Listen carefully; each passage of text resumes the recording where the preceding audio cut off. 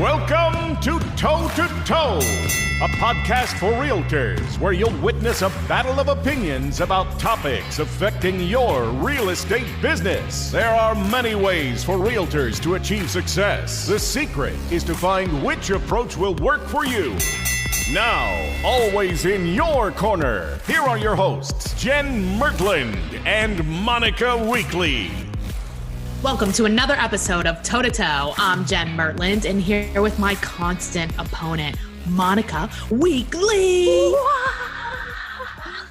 Each episode, we choose a different real estate topic to battle about, and we go toe to toe, arguing our differing opinions. But the only thing we don't argue on is this. Our number one goal is to find a path that feels real to you, that feels authentic to you. Because when you build a business based on a style and a set of standards that fits who you are, that's when your business will thrive. That's when you'll begin to love what you do. So during today's throwdown, Jen and I are going to be duking it out over this question. Should you, as an agent, suggest that your client use a home warranty? I don't care if you're the listing or the buyer, this is what we're talking about today. Should you be recommending, suggesting the home warranty? I feel like you should go first on this. Oh, okay. Wow, thank you for that. I wish I had a one-word answer. My one-word answer is Switzerland. What? What do you mean? All right. What I mean by that is I do recommend You mean on negative both sides. interest rates? Don't they have negative interest? I think they do. What I do recommend on both sides of that coin, I do present the home warranty as an option for them. I present the pros and cons as I see them sort of factually and then based on maybe some experience, but I never push in one direction or the other. For instance, for the listing, I'll say, here's the great news. If you decide to offer it, you're covered, during the listing. Mm-hmm. The bad news is if the buyer happens not to ask, you've just thrown away $500. So that's kind of how I present that neutrally. Switzerland. Jeez. What do you I'm never do? Neutral. That is a t-shirt that I'm getting you. #never neutral. You should be neutral. It's way more fun to fight. I mean, you should also be open to hearing other perspectives, but have an opinion, right? Yeah, love it. Here's the thing. On the listing side of it, depending on the house, but let's say an average home. So in Ohio, that's a 250 house all day long. It'll fly off the shelves. Okay. So on those, I recommend a warranty because a lot of times we won't really tell the buyer it's on there though. So we won't market the warranty, but we put it on. So here's why. One, the buyer's going to ask for it, which is great. Hey, we'll give you the warranty if you do X, right? So now we've used it as a negotiation tool. Okay. Two, we can, if something does come up in inspections and they don't have somebody that can do the work, now we have the warranty. And three, a lot of times if the buyer either comes with their own warranty or we negotiate it off, they won't have to pay the full price. They might not even have to pay anything. So hold on. If you sign up for a home warranty for your sellers, you're obligated to pay for that if it sells. Maybe through what I'm wondering if we should say what warranty company you're working, because with the warranty company, on a couple of different ones that we've used. Once you fill out that form in order to have them covered during the listing process, then you are obligated if the house sells to pay for the warranty. Well, and so the other side of it is we've never actually really used one. What do you mean? It's never come up. So that something's happened that we had to use it prior. We usually end up either negotiating it, either using it as part of the negotiations is typically what happens. We don't market that there's a warranty on it, but then it's hey, if you want, if they want the warranty, then we could say, yeah, you will take the warrant. You can have the warranty if you maybe reduce closing costs or come up, whatever. Yeah, take off title insurance or you get so much in closing costs, but not all the stuff. So when you list a home, do you fill out the warranty paperwork and send it in? Girl, I do not know how to fill out most of the Does your admin fill out the paperwork and send it I in? think so, yeah. Well, because if they're not, then you're not actually covered during the listing process. Interesting. I'll find out. My understanding is that it is I'm pretty sure the paperwork's filled out, but nobody writes a check.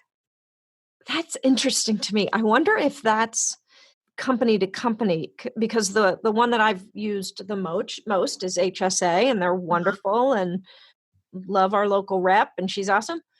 And I know actually EXP now has one relationship. Anyway, I believe that you have to pay for that if you've signed up, regardless what the buyer wants. I think you should check. We should check. You should check, because it sounds like you got the problem.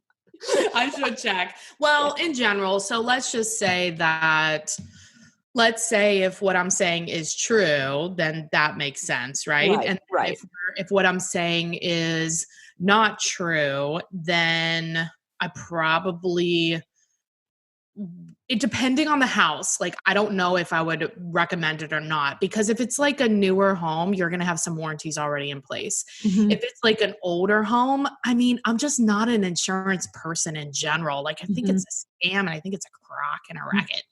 Like I'd rather self-insure. So like we have, we have rentals and used to own a rental company and things like that. So we have vendors that the prices are really good. And mostly I find that the vendors that are associated with the warranty may not be as good as the ones that I have. So you're looking at is time and money, and you're not really getting anything. The challenge with the home warranty is that you could find somebody, a seller or a buyer, that will praise that warranty company at the highest level because they got an entirely new HVAC system from it. One and then time. The next day, you will find somebody that says it's the biggest crock of crap, the biggest ripoff, and we've never, ever, ever been able to get a dime out of these warranty companies. Like you literally can get one extreme to the next on the same warranty company. Well, I think too, it really depends. Like, so for an example, we had a rental condo. So it's a condo. So you already have the outside covered. Right. Mostly, except for the windows, right? And most condos. So our landlord, like we rented it, and our landlord was out of town. And he, this is a little bit higher end condo, and he just really didn't have anybody here, like locally, that could take care of things for him. And we weren't managing the property. So we talked about it. We were like, maybe it does in this case make sense to put the home warranty on, because then the tenant can just call the home warranty company if something's broken. And then you can have like, maybe a certain number of times you pay it, a certain number of times they pay it, or like whatever it is. Right. And so we did that, and that made sense for that client. Then I have like other clients where they really can do everything. Like maybe they're a HVAC person, or they're a plumber, they have friends or whatever. And like that, then it doesn't a lot of times make sense. Right. You got it. I think it depends on the client. It depends on the house. It depends on, and with the client, it depends on what their resources are, what they can do, what they can't do. So even for buyers, it's the same way. It's like, are you familiar with doing home repairs? Because if you've never done anything and no one, right, maybe it makes sense. But then if it's a really big thing, it's going to come out of your homeowners. Yeah, for sure. I think one of the most important things for agents to know, and I think this is where we miss the boat a lot, is really having a good understanding of the offerings of the home warranty company we're talking about. Well, why do we have to?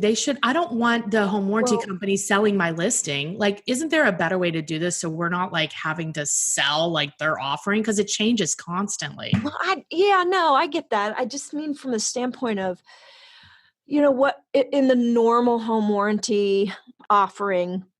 But they're not. They change all the time. Well, that's what I mean. It changes what it's covered. It changes how much it is. And it's always like, well, this is covered, but not that is covered. And you're like, it's the same. You have to cover one to cover the other. Like, that's why it broke. But if if you're recommending it like you do, then I think you should be able to discuss at a deeper level what it is they're paying for. Yeah. I mean, my only reason for recommending it is to use it as a negotiation tool, because I know most buyers will ask for it. Yes, true. I have a whole thing about that. Episode 72 coming up. All right. This is really Maybe you interesting. have to hear a spiel or talk to the rep or something like that to decide if they really want to do it. Like, Yeah. I'm not really down for, I don't talk about loans. I said, call the lender. He can tell you about the loan. So are you going to say to your seller, here, call the home warranty and find out what this is really all When about? they ask me about title insurance, I say, call the title company. Okay. So you can send them to the home warranty company too. Why not? Why not? What do? You explain title insurance? No, I'll say that's a great question. I'll get the answer and get back to you.